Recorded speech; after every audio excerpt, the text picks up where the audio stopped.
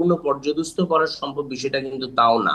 এছাড়া আমরা জানি যে আয়াতুল্লাহ খোমেনি ওনার যেই নেতৃত্ব রয়েছে এবং ওনার এখনো জনপ্রিয়তার যে জায়গা বা পশ্চিমার বিশ্বকে ভিলেন হিসাবে তার জাতির কাছে যেইভাবে উপস্থাপন করা, সেই জায়গায় কিন্তু এথনিসিটির বিভিন্ন আপনার বা ডাইভার্সিটি থাকলেও সব পুরো জাতিটাকে কিন্তু এক জায়গায় বেঁধে রাখা সম্ভব হচ্ছে, যেটাও এই যুদ্ধে ইরানের একটা প্লাস পয়েন্ট। এছাড়া ইসরায়েল কেন্দ্রিক জায়গাগুলোতে জানি যে মুসলিম বিশ্বের মোটামুটি ভাবে একটা অবস্থান থাকে, যদিও তারা সোচ্চার থাকে না, কিন্তু তাদের সাধারণ জনগণ কিন্তু মূলত যে মুসলিম এখানে রাষ্ট্রগুলো বা এখানে আপনি ইসরায়েলের যেটি বিরুদ্ধে বলছিলেন আচরণ যে করে সাধারণত থাকে। আমরা এটি নিয়ে কিন্তু আলোচনা হচ্ছে যে মুসলিম বিশ্ব কিন্তু সেরকম শক্তভাবে কোনো বিবৃতি দিচ্ছে না, কিছু কারণ বললেও সেটা বিষয়টা কিন্তু হচ্ছে যুক্তরাষ্ট্রের বিরুদ্ধে সেই ধরনের শক্ত অবস্থান নেয়ার মতো জায়গায় মুসলিম রাষ্ট্রগুলো নেই। আমরা বলেছি যে এখনো প্রায় 6-7টা দেশে মধ্যপ্রাচ্যে 20,000-এর বেশি কিন্তু মার্কিন সেনা অবস্থান করছে।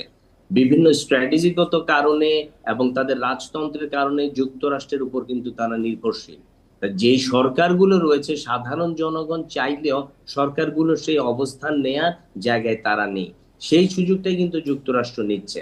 তবে ইরানকে খুব সহজে পদানত করা যাবে বা আয়াতুল্লাহ খোমেনির এখনো যে নেতৃত্বের জায়গা আমরা দেখছি সেটা খুব বেশি সহজ হবে বলে মনে হচ্ছে না। আরেকটি বিষয় একটু জানাবেন, যুক্তরাষ্ট্র যদি এই যুদ্ধে সরাসরি অংশ না নেয় সেক্ষেত্রে ইরান এবং ইসরায়েল এই যুদ্ধ আসলে কতদিন চালাতে পারবে আপনার কাছে কি না, মনে হয়? সেই ক্ষেত্রে এই যুদ্ধটা দীর্ঘমেয়াদী অবস্থান করার কোনো সুযোগই নেই।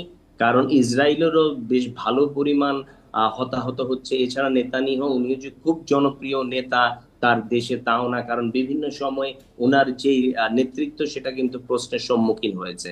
তো সেই ক্ষেত্রে এটা আসলে খুব বেশি বেড়ে যাওয়ার সুযোগ নেই। একটা সময় তারা সিজফায়ারের দিকে অবশ্যই যাবে, কিন্তু এখানে যদি যুক্তরাষ্ট্র জড়িয়ে পড়ে এবং ট্রাম্প প্রশাসন তাদের স্ট্র্যাটেজিগত জায়গায় সেই জায়গাটাকে খুব গুরুত্ব দেয়, তাহলে হয়তো এটা আরো বেশ কিছুদিন দীর্ঘমেয়াদী হওয়ার সুযোগ রয়েছে, যদিও সর্বাত্মক যুদ্ধের সম্ভাবনা খুব কম। মূলত এটা এয়ার স্ট্রাইক বেসড এখানে অনেকেই আক্রমণগুলোর আলোচনা মধ্যে করছেন যে সীমাবদ্ধ যদি থাকবে। ইরান আক্রান্ত হয় যুক্তরাষ্ট্র দ্বারা তাহলে হরমুজ প্রণালী তারা বন্ধ করে দিতে পারে, সেক্ষেত্রে আসলে পুরো বিশ্বের উপর কি ধরনের প্রভাব পড়তে পারে?